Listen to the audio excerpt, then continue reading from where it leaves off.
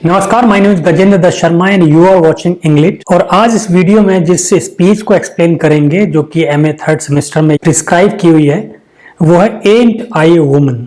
Ant I a woman means am I not a woman. वैसे तो इस speech का कोई सेपरेट टाइटल नहीं है क्योंकि स्पीचेस के एज सच कोई टाइटल ज्यादा होते नहीं है, लेकिन जो कैच फ्रेज है एंट आई ए वुमन जो बार बार रेटोरिकली यूज की हुई है वो टाइटल की तरह यूज की हुई है। This speech was delivered at the 1851 women's convention in Akron, Ohio. She was an abolitionist और activist, particularly black women, for the rights of black women. Importantly, she is the icon of first wave feminism in the US. जो first wave feminism थी जो 1840s और 50s में, उसमें ये icon की तरह थी। मतलब she was the face of first wave feministic activists particularly और फेमिनिस्ट्स।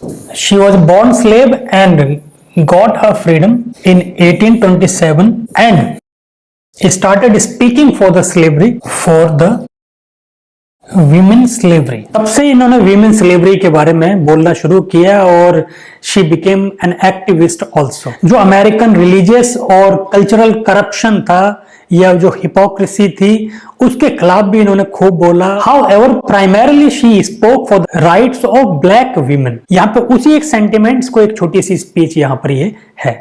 अब टेक्स्ट की बात करते हैं। Well children, where there is so much racket there must be something out of kilter.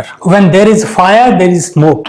तो अगर यहाँ पे वो उन बच्चों को सारे मतलब जो लोग हैं जो भी इनकी स्पीच को सुनने के लिए आए हुए हैं उन सबको एड्रेस करते हुए कह रहे हैं कि if I am here to address you so certainly something is not right. जिस सोसाइटी को रिप्रेजेंट करते हैं हम, शायद उस सोसाइटी में सब कुछ ठीक ठाक है नहीं।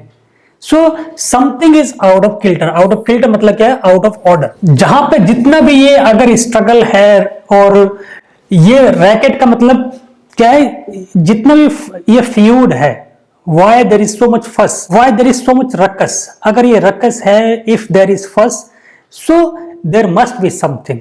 कुछ है जो कि वो ठीक नहीं है, उसके लिए हम यहाँ पे आज खड़े हुए हैं। I think that betwixt the negroes of the south and the women of the north all talking about rights, the white man will be in a fix pretty soon. Fix मतलब इन अ ट्रबल। बात उन्होंने शुरू की है कि अगर north और south के बीच में जितनी भी स्टेट्स हैं उनकी अगर जो वीमेन है, पर्टिकुलरली ब्लैक वीमेन, अगर उन्होंने बोलना शुरू कर दिया और बात करना शुरू कर दिया, अपने बारे में बताना शुरू कर दिया, अपनी प्रॉब्लम्स को शेयर करना शुरू कर दिया, certainly some people will be in trouble. वो कौन से लोग होंगे? जो कि इनवेरिएबली और अनविटिंगली रिस्पॉन्सिबल हैं इस परेशानी के लिए। So the white man will be in a fix pretty सून। जो व्हाइट मैन है पर्टिकुलरली, यानी जो स्टेक होल्डर्स हैं व्हाइट पीपल, वो परेशानी में आ जाएंगे। और उस परेशानी को क्रिएट करने के लिए ही मैं यहाँ पे अपनी बात कहना चाह रही हूँ। But what's all this here talking about? फिलहाल जो मैं प्राइमरीली यहाँ पे बात करना चाह रही हूँ वो किस बारे में है? Let's come directly to the point. क्या कह रही है वो? That man over there says that women need to be helped into the carriages and lifted over the ditches and to have the best place everywhere. अब वो उन्हीं में से मतलब एक किसी व्हाइट मैन को रिप्रेजेंट करते हुए वो कह रही हैं कि this white man represents the community of white people और particularly the white sovereignty। जो इस कंट्री में व्हाइट सॉवरेनिटी है, व्हाइट स्टेक होल्डर्स हैं, उनकी बात में अगर कहूं तो हमारे लिए यह कहा जाता है कि that women need to be helped in the carriages. मतलब they should be helped into carriages, they need not travel on foot, they should be lifted out of ditches. अब डिचेस ऐसा नहीं कि women are lying in the ditches. Ditches का मतलब यह है कि the women who are force to live in slum like conditions, वहां से उनको अपलिफ्ट करने की जरूरत है। उनका सोशल स्टैंडिंग जो है या सोशल स्टेटस जो है उसको अपलिफ्ट करने की जरूरत है। तो कह रहे कि ये लोग ये कहते हैं कि women should be given equal rights, the standard of their life should be uplifted and then they should be treated the best everywhere. जहां पर भी अगर सोशल इक्वालिटी या सोशल स्टैंडिंग की बात है तो women should be given an upper hand. अब आप बताइए कि ये जो कह रहे हैं ये रियली उतना अप्लीकेबल है या अप्लाई किया जा रहा है, इंप्लीमेंट किया जा रहा है? Whether you are experiencing that you are being uplifted, you are being helped in carriages, you are being your social standing is being uplifted, you are given the best everywhere. अब ये मिल रहा है हमें, बात ये है जो कहा गया हमारे लिए, जो क्लेम किया जा रहा है और जो हमें मिल रहा है, वो इवेलुएट करने की बात है। Nobody ever helps me into carriages. The sadness is the actual state of affair is that nobody has helped me into carriages. अब ये लोग कह रहे हैं कि with the white sovereignty, we ensure that all the women of the country are helped in carriages. ये हम ensure कर रहे हैं कि सारी जो वीमेन है, पूरी अमेरिका की जो वीमेन है, they are helped into carriages, their social standing is being uplifted, from the slums they are being relocated into the metropolis cities, they are given equal rights in the jobs, they are given equal rights everywhere. जहां जहां पे कुछ भी अगर facilities की बात होगी तो they are given the preferences. मुझे तो नहीं मिल रही भाई, I am not being helped into carriages over mud puddles or give me the best place। ना तो ये जो डिचेस से उठा करके यानी सोशल स्टैंडिंग अपलिफ्ट करने की बात है, मुझे तो किसी ने नहीं किया। Nobody has ever come to me to help me raise my social standing. Nobody has ever come to me to help me into carriages.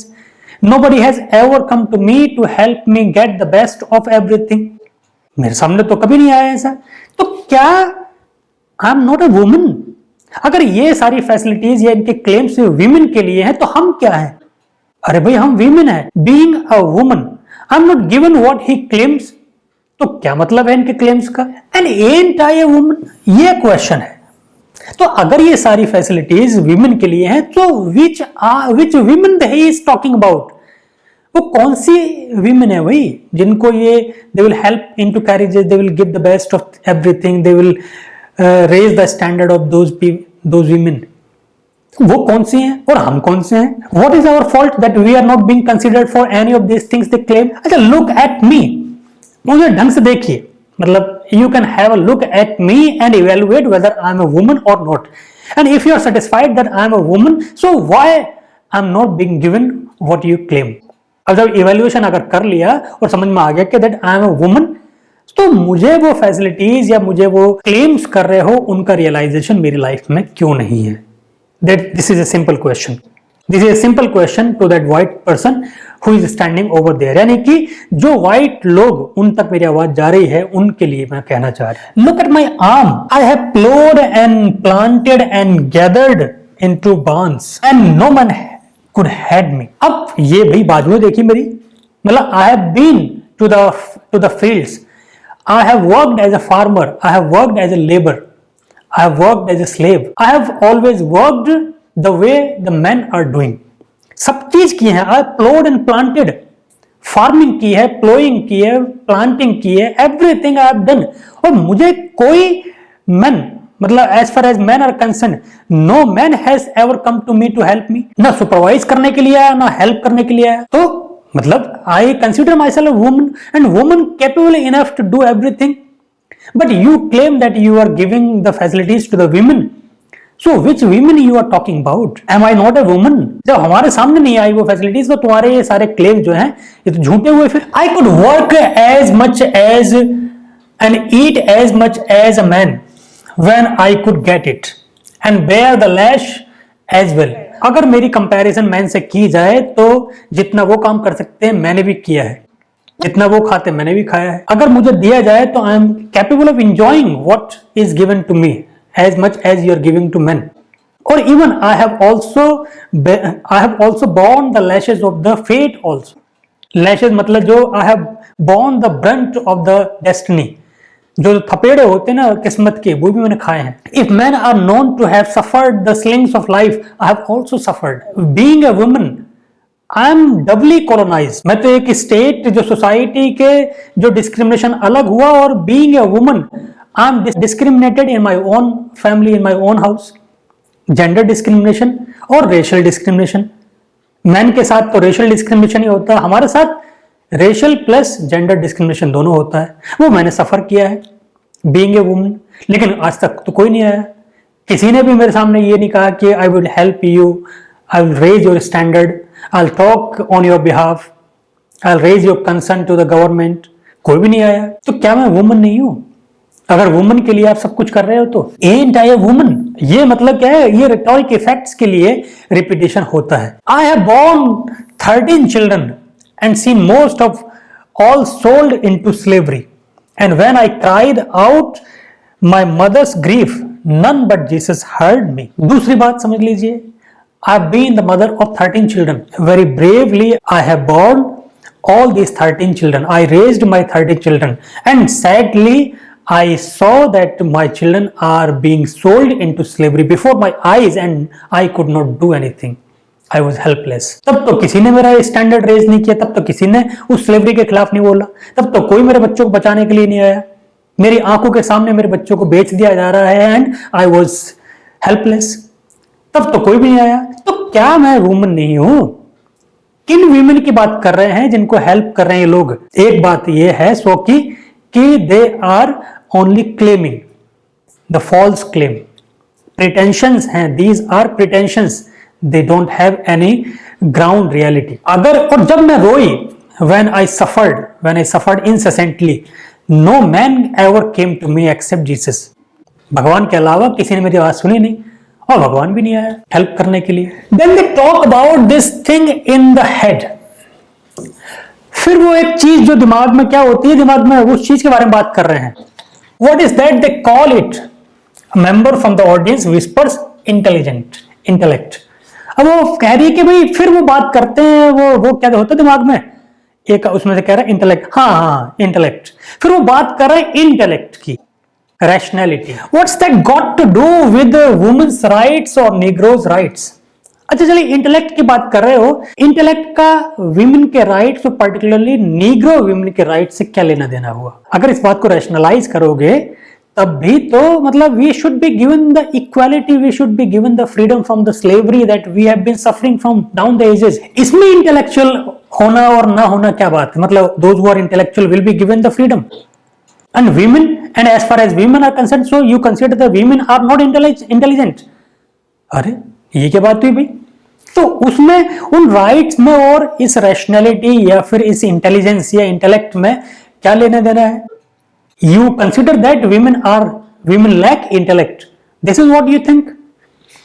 If my cup won't hold but a pint and yours hold a quart, wouldn't you be mean not to let me have my little half measureful? Intelligence की बात मुझे सीधा सा हिसाब समझ में आता है। अब तुम ये कहो कि मुझ में इंटेलेक्ट है या नहीं है, that is another thing. If my cup is 1/4 full, your cup is half full, should I not ask for the equality? अगर मेरी थाली में थोड़ा सा खाना है और तुम्हारी थाली में जरूरत से ज्यादा है तो क्या मुझे बोलना नहीं चाहिए? क्या मुझे कहना नहीं चाहिए कि एटलीस्ट मुझे आधा तो दो, जितनी मेरी जरूरत है उतना तो दो? इसमें इंटेलेक्ट और ना इंटेलेक्ट की बात तो आई नहीं। यहां पर तो it is all about rights, it is all about equality, it is all about justice, it is all about equality. तो क्या मुझे बोलना नहीं चाहिए? Do I not deserve to have my share full? Do I not deserve to have what I actually need? Then that little man in black there, he says women cannot have as much rights as men because Christ wasn't a woman. लो भाई, अब जैसे मैंने बताया कि women, black woman has to suffer doubly. She is twice colonized, racial discrimination plus gender discrimination. अब इस आदमी को समझ लीजिए जो कि ब्लैक कपड़े पहने हुए है, ये कह रहा है that women are not entitled to have as many rights as a man has. क्यों? क्योंकि क्राइस्ट तो वही सुप्रीमेसी है, पेट्रियार्कल सोसाइटी है और इवन रिलीजन में पेट्रियार्की अपहोल्ड करती है। जीसस तो आदमी ही थे, औरत तो थे नहीं, तो इसलिए ज्यादा जो राइट्स हैं वो मैन को दिए जाएं, विमेन को कम दिए जाएं। लो इन्होंने एक नई बात कही। Where did your Christ come from? अच्छा तो क्राइस्ट कहां से आए? उनको जन्म देने वाली कौन थी? Wasn't she a woman? Where did your Christ come from? Where God and a woman? From God and a woman. तो कहां से आए? उनकी मां वुमन थी या फिर मैन था? Who is supreme? जन्म देने वाली और बच्चा? Man had nothing to do with him. और in fact यार, you are simply dragging God in this affair. You are in a search of excuse because of which you will prevent us from getting our rights. आपको एक बहाना चाहिए जिसका सहारा लेकर के ये जस्टिफाई कर सको कि women don't deserve as many rights as men. इस चीज को जस्टिफाई करने के लिए कि वीमेन को उतने राइट्स नहीं मिलने चाहिए जितने कि मेन को, क्योंकि मेन सुप्रीम है, भगवान भी मेन है। तो जो पेट्रियार्कल नोशन वहां से शुरू होकर के यहाँ पे, तो ये तो तुम बेवकूफी की बात कर रहे हो। It has nothing to do, even God has nothing to do with granting of equal rights. He has made all the people equal. We are born free, we are born equal. You have made us slave and you have made us unequal. If the first woman God ever made was strong enough to turn the whole world upside down all alone, these women together ought to be able to turn it back and get it right side up again. अगर biblical reference में देखते हैं कि that first woman that God made, first woman कौन है यहाँ पे? जो ईव। अगर बिब्लिकल पॉइंट ऑफ व्यू से देखते हैं, God created Adam and Eve was created out of Adam's ribs. और ईव को सैटन ने प्रोवोक किया, इंस्टिगेट किया वो जो फ्रूट ऑफ नॉलेज उसको खाने के लिए, विच वाज फॉरबिडन। और इस वजह से God was very angry with both of them और they had to be dispelled out of paradise. जो पैराडाइज छिना उनसे, वो इसलिए छिना क्योंकि उन्होंने गॉड को डिसोबे किया। इसका मतलब क्या था? वो जो ब्लिसफुल सीट का छिनना, ये सारी पूरी जो भी कुछ गड़बड़ हुआ एडम की लाइफ में और किस तरीके से mortality was brought into this world, तो ये सबका रिस्पॉन्सिबल कौन है? वो ईव। ना ईव उस सैटन की बातों में आती, ना वो खुद फ्रूट ऑफ नॉलेज जो फॉरबिडन ट्री था उसको खाती, ना ही एडम को इंस्टिगेट करती, ना एडम उस पाप में शामिल होता और ना ही फिर पैराडाइज से उनको भगा दिया जाता और मॉर्टल बना दिया जाता। By then they were immortal, लेकिन गुस्से में भगवान ने फिर क्या बना दिया उनको? मॉर्टल। मॉर्टल with all the was associated with mortality. तो कह रही कि अगर वो एक लेडी सारी स्कीम ऑफ थिंग्स के लिए जिम्मेदार है, इतनी अगर पावरफुल थी वो, आप समझ लीजिए कितनी पावरफुल होगी। So these women together, these women means we women और the women who are standing here listening to this speech, तो these women together ought to be able to turn it back and get it right side up again. तो ये हमारी अब जिम्मेदारी है कि हम उस पैराडाइज को दोबारा से गेन करें, रीगेन करें। अगर वो हमसे पैराडाइज छिना है, अब यहाँ पे बिब्लिकल फॉर्म में तो पैराडाइज नहीं मिलेगा, लेकिन जो एक हेल लाइक कंडीशन हमारे लिए कर रखी है, हमें वो एक इनइक्वल कर दिया गया है कि Eve is responsible for all the mortal woes and worries of man.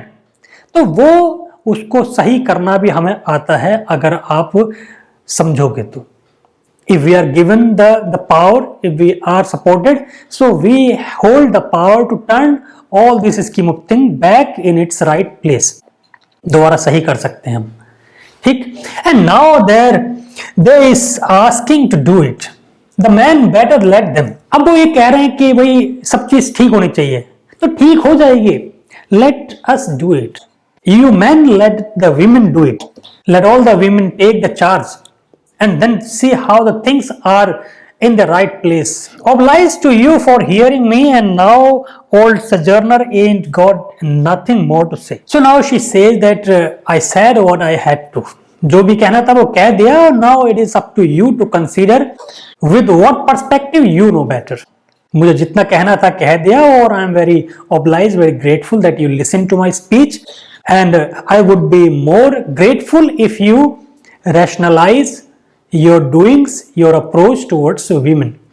Examine your approach towards women. तो इस स्पीच से उन्होंने पूरी जो मेल कम्युनिटी और जो डिस्क्रिमिनेटिंग कम्युनिटी, उन दोनों को टारगेट करके अपने जो राइट्स, इक्वल राइट्स, इक्वालिटी और जो क्लेम्स जो किए जाते हैं उनकी धज्जियां कैसे उड़ाई जाएं, वो उन्होंने स्पीच में बता दिया। और ये पॉसिबिलिटी बता दी कि if the women are given the equal rights and the opportunities, so जितनी भी जो अपसेटिंग सिचुएशन है, it can be turned right. So that is all for now.